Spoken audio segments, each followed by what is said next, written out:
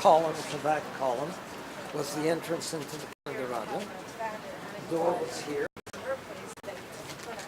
And this was the window, which had behind it a billboard, a sign, which said Eagle Publishing Company, Belair 2838. And in behind, this was my Uncle Dan's office, Dan Wolofsky, right here. Should we go back in? And film? I don't mind. If you don't, those people don't. But let's just ask him. Strangely before, but I'll just tell him. I'll go in. hold it for you. Thank you. Who's going in?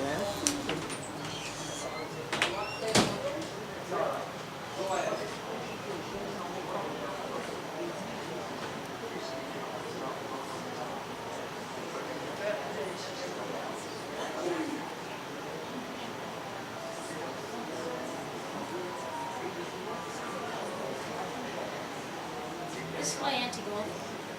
Say hi, Auntie Hi Goldie. there. So, Auntie Goldie, Yeah.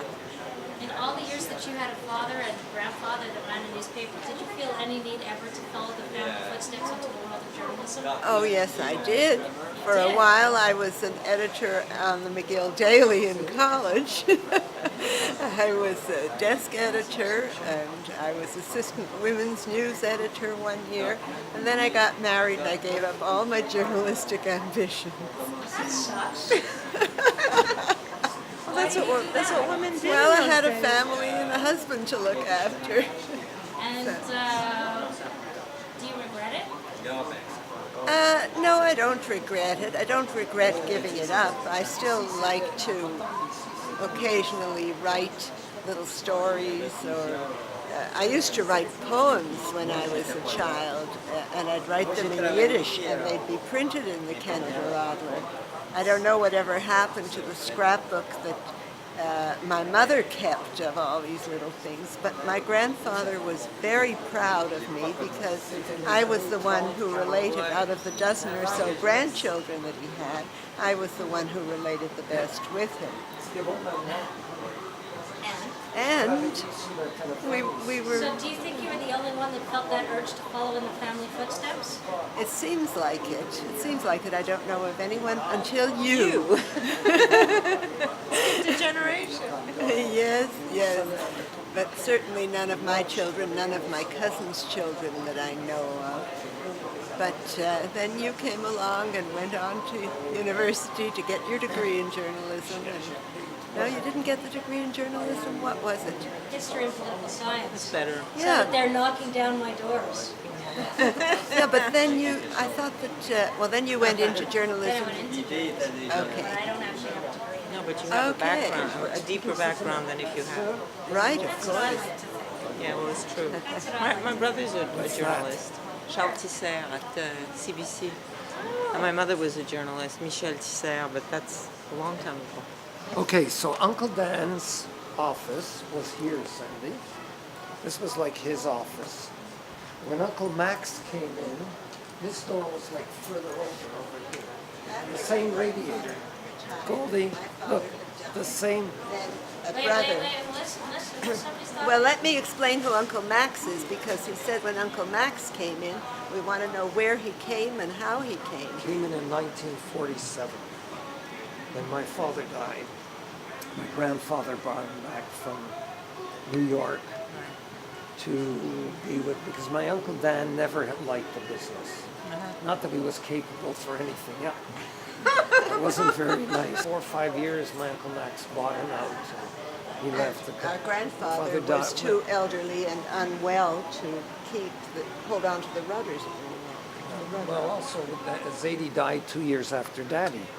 Zadie died in 49, and Daddy died in 47.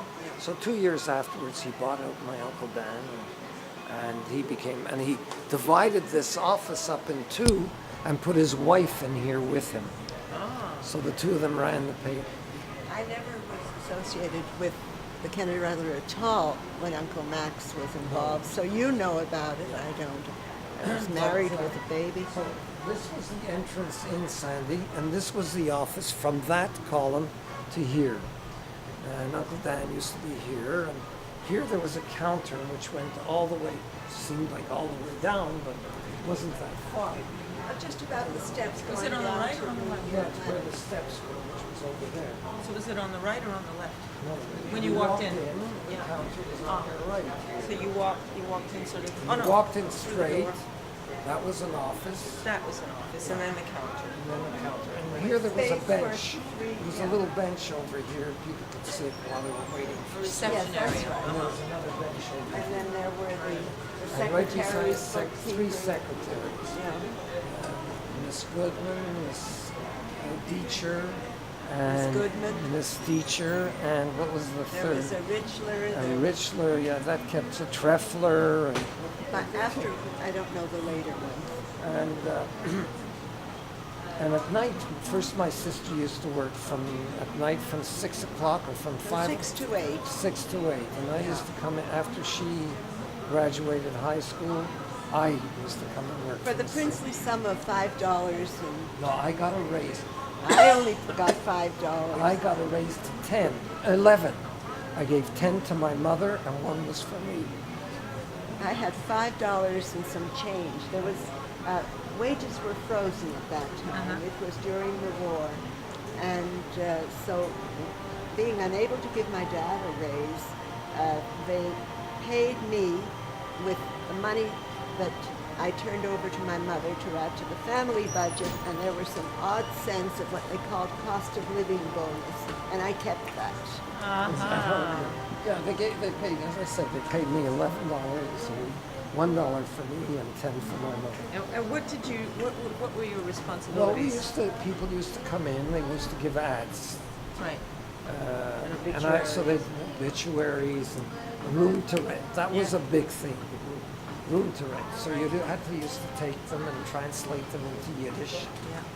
And you take them in English. Downstairs to And the half of them couldn't composing speak room. proper yet. I mean, they give you a Yiddish that was not proper, or they didn't know how to speak Yiddish.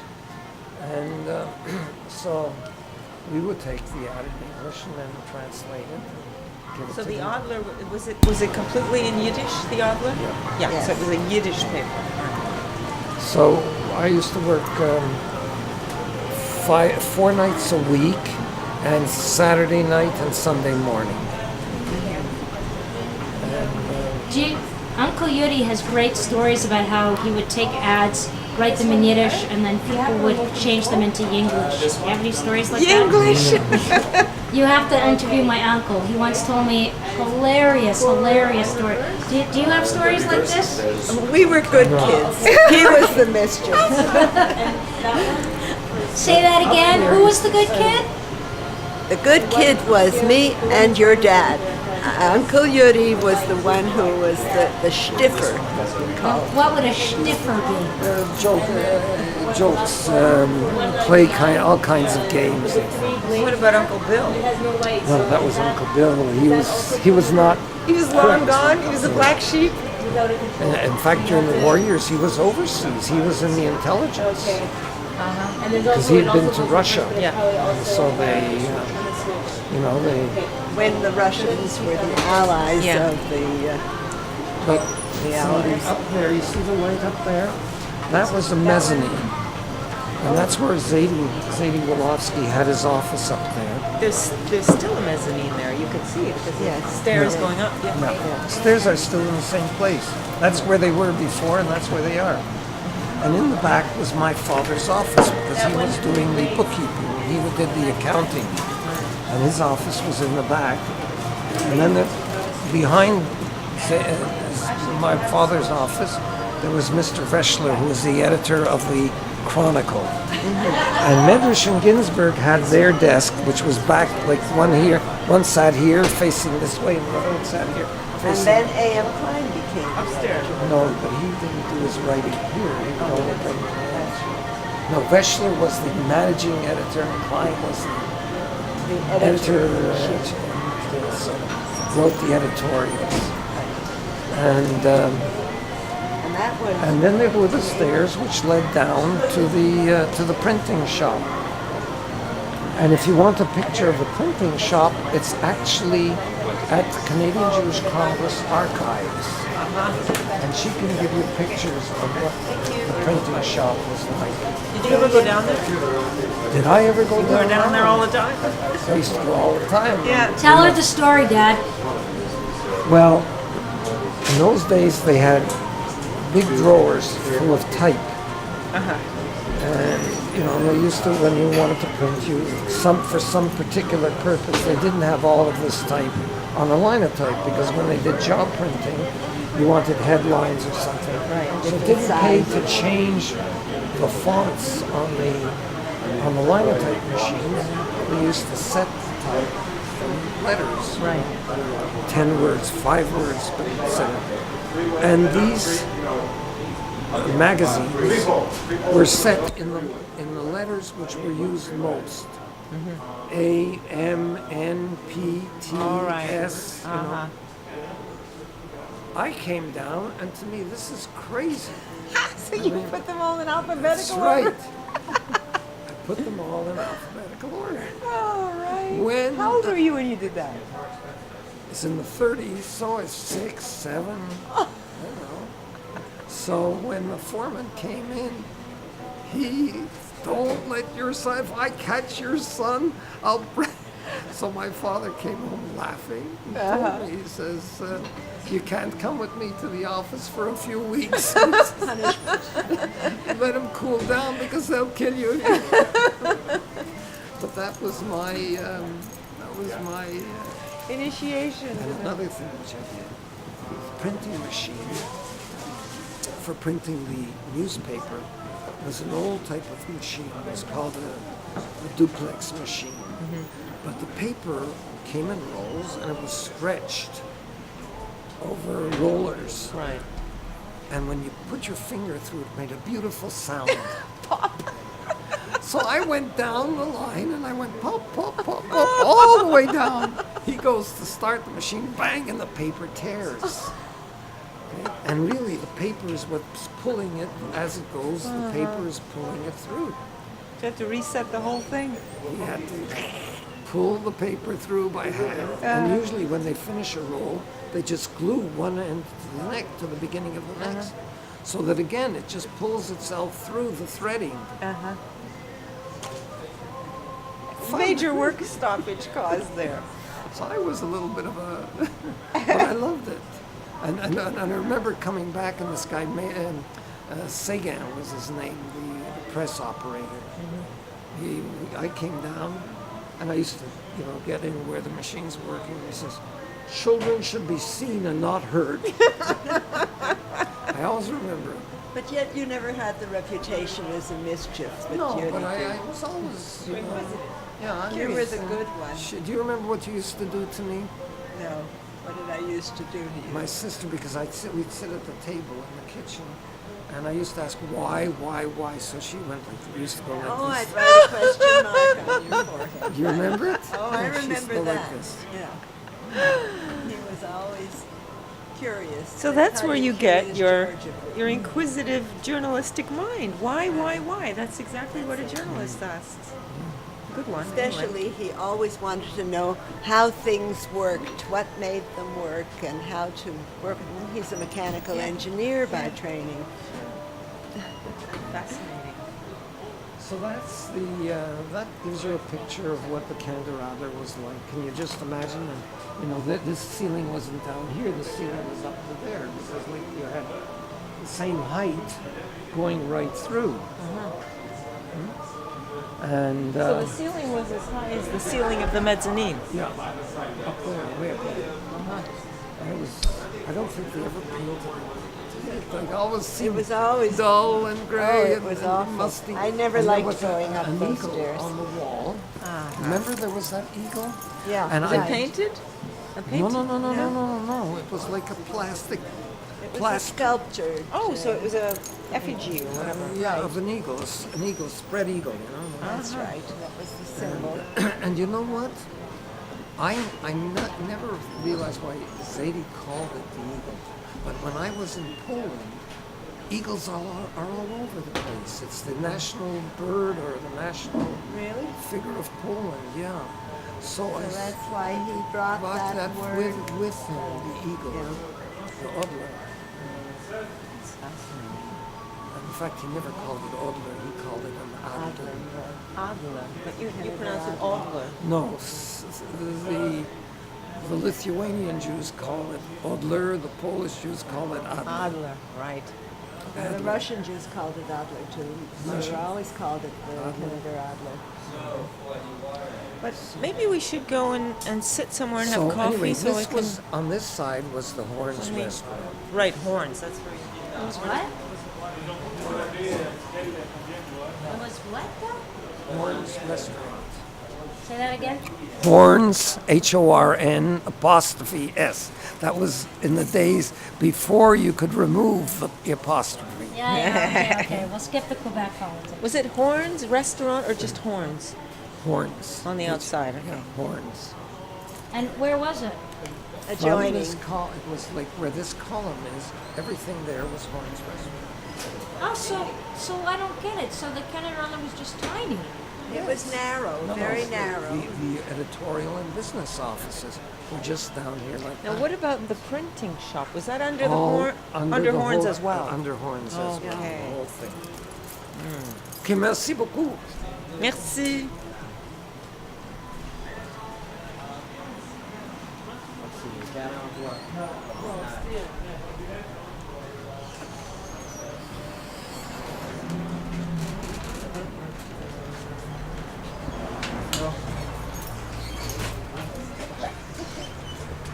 Find a place to sit in. Over here, where it says Express, Yeah. that was a bakery, quality bakery, Quality bakery. quality kosher bakery. Kosher bakery. And I used to love to go across and get a milfei, Oh, they had those there. Oh, yeah. Wonderful.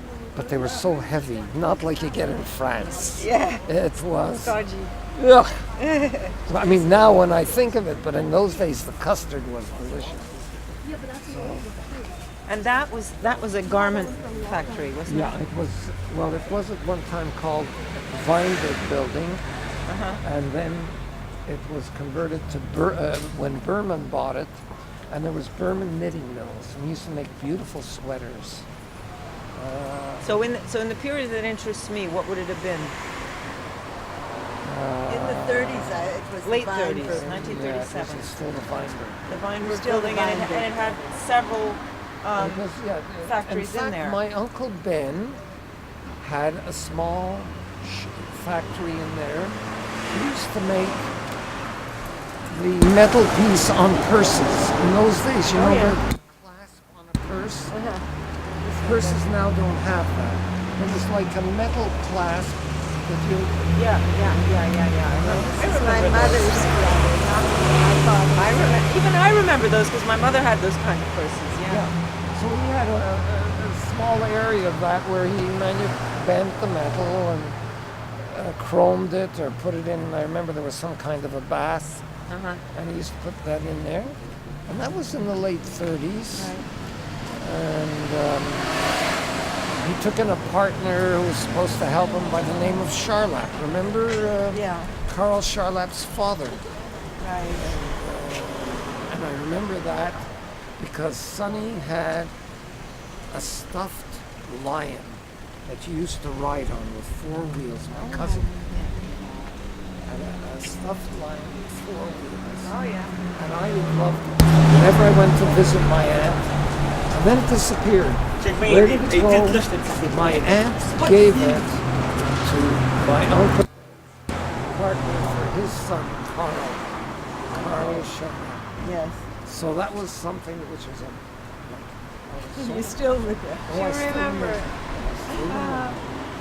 Then just the other side of the Mrs. Cooper building. No. That was Yeah, another. now, next year, Dad, Yeah. Auntie Goldie was going to say something. Yeah, well, Don't we're gonna interrupt walk her. Oh, he wants to show us where. Okay. okay. You have well, to interrupt my father if you have something to say.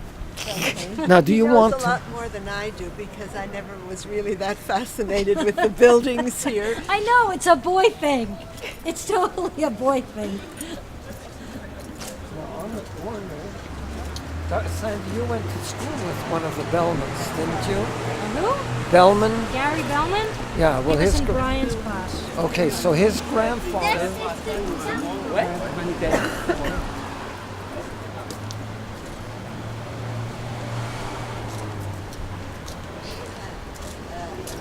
Do you remember Libby Rosenberg? Yeah, of You course. know Libby. Her father was a beggar. He never made a penny in his life. He used to go into Horn's restaurant, ask for a glass of water, take a toothpick, and sit down and read it. He didn't have to pay anything for it. He was such a schlepper, you know, such a useless individual. And I don't know how that family managed. They were always helped out by other people, you know. But No. when I think of Horns, I think of Uncle Berke's son. I just told Sandy how he used to go in, ask for a glass of water, take a toothpick, and sit down. And sometimes he'd put sugar into the water. That's it. There's an interesting character for your book. What? You missed this. Yeah.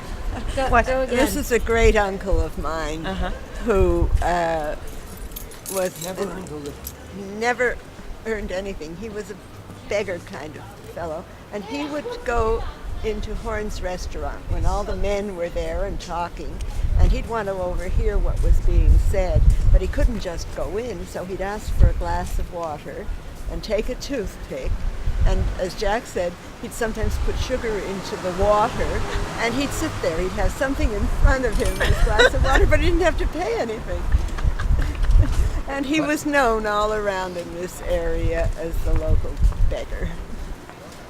His wife was my grandmother's sister. And she was a love. She was a We used to have to darling. go with my father to visit her. My father used to take us to visit her. Her son, her oldest son, just passed away about a month ago. But this particular great aunt was incidental to my finding my husband. Can I tell you a little side story? Yes. I loved this great aunt, my father's aunt. We all did. We all did. She was a darling. More than my grandmother, because my grandmother was never present. Well, Never. when I finished my elementary school, I went to the Jewish school, and in grade 7, I had a picture taken of me as a graduate. I had ringlets and a little white dress, and I gave a copy, a small copy of that picture to this aunt as a gift. Well, eventually the aunt died, and her daughter took that picture, and she had it in her home. And when my husband came to Montreal, he was a graduate student at McGill in engineering. He came from Turkey, and To get his master's at he was McGill. getting his master's, yes. And he looked for a place to live that he thought was convenient to the McGill campus. And he saw an address in Park Extension, which he didn't realize wasn't Park Avenue. Right. And he went all the way out to Park Extension. And they were nice people, my cousin and her husband, and they had a baby at the time. And he was a boarder there. And every day he'd go out of the room, he'd see my picture. And he looked at it, and gee, she looks nice. She looks nice, this and that and the other. Well, one day, I was going home from classes at McGill. I was in my senior year, and he, of course, was a graduate student. And we happened to be on the same streetcar. And he looked at me, but he was afraid to ask. He saw a picture of me at the age of 12, and here I was 19. And he said, is it her? Isn't it her? Is it her? And he didn't want to be rebuffed, so he didn't say anything. But when he got home, he said to my cousin, would Goldie get off the streetcar at the corner of Rachel? And my cousin said, yes, she just lives facing Fletcher's Field. So he said, you've got to set up a blind date for us. And she did. She said to me, I've got a Turk in my in my house, do you think you'd like to go out with a Turk? I said, well, I might as well meet him. I mean, I didn't know any of this previous identification of me. And he came in, saying, what's going to happen here? But within 7 or 8 months, we were married. Isn't that wonderful? What a wonderful what anniversary story. are they celebrating today? Yes, and I forgot to say happy anniversary Thank because you. Sheila told me 55. all about it. Yeah. You had a celebration yesterday at the Yes, synagogue. at the synagogue, right. Oh, isn't that wonderful? Now, right here, by the way, That's was an a important newspaper fact. stand. Right here was a newspaper. Yes, just about there. Right there. And you see, they used to go downstairs and pick up the papers right from the printing press, see, down below, and bring it up, and it was being sold here. So this guy was never trusty. We could never trust him because he'd go down and he'd say, I'm taking 10 papers, and he'd take 20 or 15. Papers were going originally at 1 cent a copy, and when they raised the price to 2 cents, there was a terrible protest. A lot of the people couldn't afford it, but it eventually went up to how much? 5? 3, 5, 2, 3, 4, 5, it kept going up. But Sunday morning, you see, Sunday morning, the people would congregate right here. They come and they read the paper. Yeah. They go into Horns and they congregate out here, and they go in for coffee in Horns. Or further up, there were 2 smoked meat restaurants.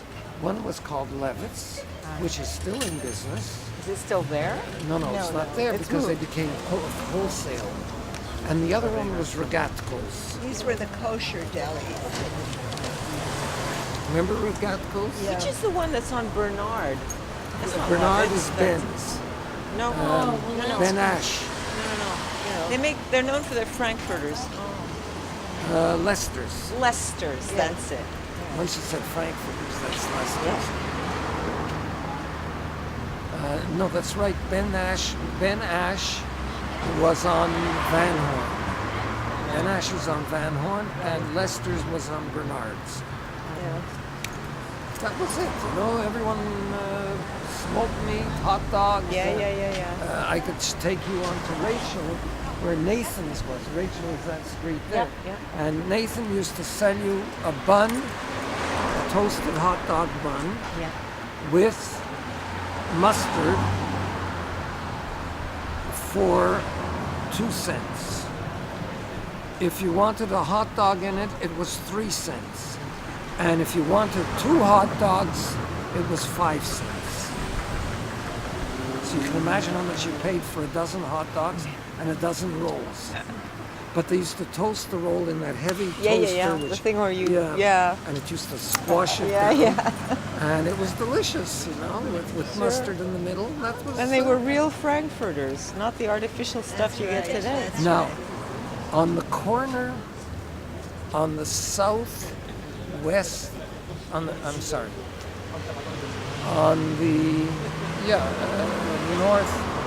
northeast corner of Rachel and St. Urban, if you walk up there, was a store called Combs Candy Store.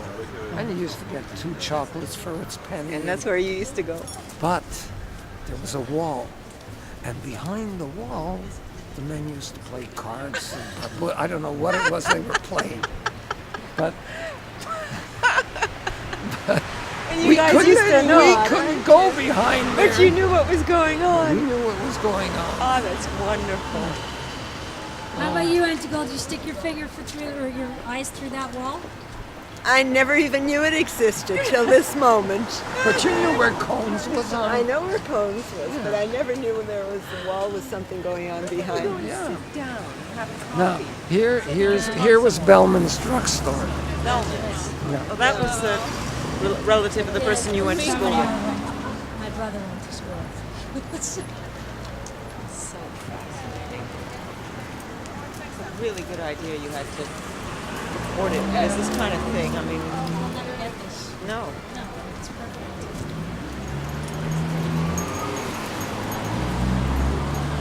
It was here. This was Bellman's, but it was cut off like that. It was the two, like it was the two It places. was a big Yeah, but it was drugstore. like cut off across this way.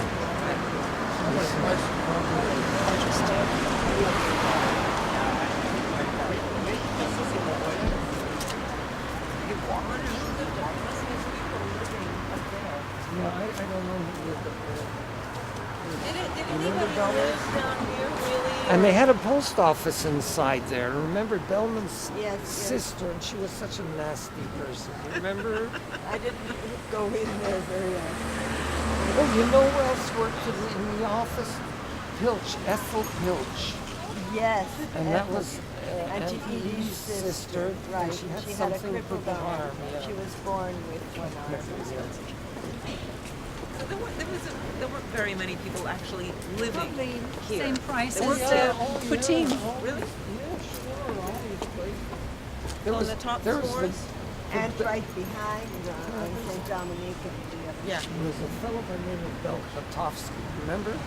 Mr. Belch. He didn't like the name Belch. Yeah, he's- Belch. his son changed it. So they shortened it to Belch. But his two sons- so his two sons changed it to Bell. But this fellow Belchatovsky, whenever they did, twice a year, they used to do a large eagle, a chronicle for Passover and for Rosh Hashanah, for New Year. And so they used to collate the books because you printed 16 pages at a time, and then you used to take these sections and put them all together to get 160 pages or 80 pages. So you used to staple in and glue the cover on them. He was a bookbinder. He could, you could give him a book and he'd stitch through it. And so he used to come in and work. So we, How many pages did the Adler have? I had 8 Usually. pages usually. Eight The pages. standard was 8 pages. That's what the I'm- it was 4 pages wide Yes, on the web. yes. 4 pages. Yes. I think And so. back I never and paid so- that much attention. And if they had to do 16 pages, they Yes. collate 2 8 pages together. Wait, my aunt has great stories about the, what was on the front page, Aunt Goldie? On the front page, right at the bottom, were the obituaries. And when my grandmother, my maternal grandmother, would get the daily paper, that was the first place she looked. And I think most of the Jewish people looked to see if there was anyone that they knew who had passed away since My the day grandfather used to do before. that. He used to read the Gazette that way. Yeah, but this was right on the front page. I don't know of any other newspaper that did that, Yeah, that's unless it was interesting. a special obituary, not just the local death notices. But when my grandmother picked up the paper and looked at the front page, and there was no death notice on the front page, she would heave a deep sigh and say, "This is a Rainer paper. It's a clean paper today." Oh, really? And I How remember often did that. that happen? On the average, do you think? How A often? clean paper. Well, it depended. I don't know. It happened from time to time. Mostly there was one or sometimes two. And the funeral parlor was nearby here. Paperman's funeral parlor, just on St. Urban Street. On St. Urban Street. I just passed by when I was Everybody lived around here. All the immigrant families centered around this area. Well, from St. Denis up to Esplanade, and then when you went And that's further, where you lived, the family, We lived on on Esplanade. Esplanade. So you And lived in then- one of those big apartments that face No, off no, the no. road? No, no, no. Not no, those. No, no. No comment where they lived. she's angry that we sold the house. I'm furious. Yeah, because Viscerally those furious. houses are among the most beautiful in the They whole town. lived right We had a most there, beautiful home. next door to the armory, and it has this Grenadier $1 million Guards bucks Army. right We were just adjacent to it.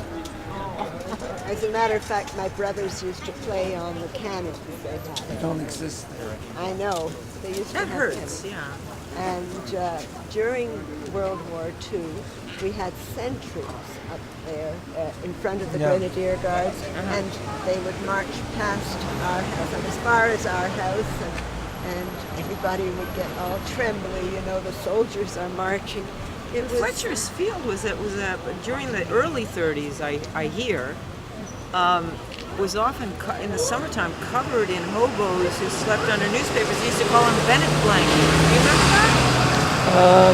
Not where we live. Not very many, no. No, On the other side, around the monument there. Oh, on the other Yeah, the other The other side. side of Park Yeah. Avenue, possibly. But not- what I do remember is during the war, very often, for 3 weeks at a time, 4 weeks at a time in the summertime, they pitched tents, and the army would take it over. And they do use it as a Champ de manœuvre. yeah, Maneuvers. yeah, they do maneuvers there. Interesting. Yeah, But it was a park when we were growing up, and a lot of the elderly retirees, the men, would gather there and discuss politics. Was there a bandstand? well, that was No, later, was later? when the Jewish Immigrant Aid was on Esplanade, where Yeah. Dr. Stillman used to live, remember? Yeah, I know that. Yeah, but Yeah, no, but Zeta used to go out there, and Bubba used to say it's the Parliament. All the old Yeah. men are sitting there Ah, and discussing Parliament. affairs of state. In fact, I'll tell you a little story, which I think you've heard. I was coming back from McGill, and this was just after the war in '48, and there was two Jewish there, there were 3 or 4 of them on the mountains. We had benches there, park benches, and they were going at each other. One was yelling, "You communists, go back to Europe from where you came, and you capitalists, go back to Russia from where you came." And they're yelling and screaming at each other In English. in Yiddish. In Yiddish, In okay. Yiddish. So, and it was right across where I had to cross over to get to my house. So, as I speak Yiddish fluently, I go up to them and I say, Menschen, was schreit ihr? Humans, what is this? You're yelling at each other. What's the whole argument about? I mean, well, what are you yelling for like this? So one of them looks at me, "You greenhorn, go back to," in Yiddish, "You greenhorn, go back to where you came from." So I said to him, I said, I'm going to where I'm coming from, right there. That's where I was born. Oh, that's wonderful. And they said, They just looked at me. That's a wonderful I just story. laughed. Yeah. And I thought it was so funny. Die Greenhorn geht zurück von wann Liebesgekommen. if you really want to sit down, we can go to the Leica. My experience in Leica is that it's often filled with smokers, but I don't know, it might be too early in the day for all the smokers. Yeah, it'd be nice to sit down because I want to ask you about the business with the windows smashing and the. Well, I don't that remember kind of- because my mother kept me away. Yeah, She didn't let us go down to St. Lawrence. but you must Boulevard. have heard things. Oh yeah, we heard about the fact that they went and they went up to the YMHA, and then but the YMHA had a group of boxers, champion boxers. So they came there and they tried to make, and these guys all came out of the YMHA building and beat them up, and so that was. Yes, let's.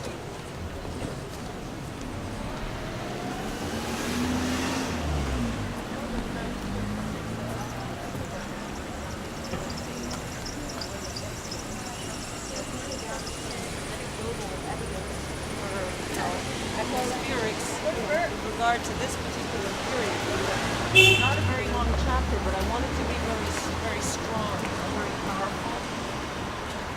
I want it to be an eye-opener for my main character. It's not good. She already has good stuff about when she was a young Guys, It's in here. Okay.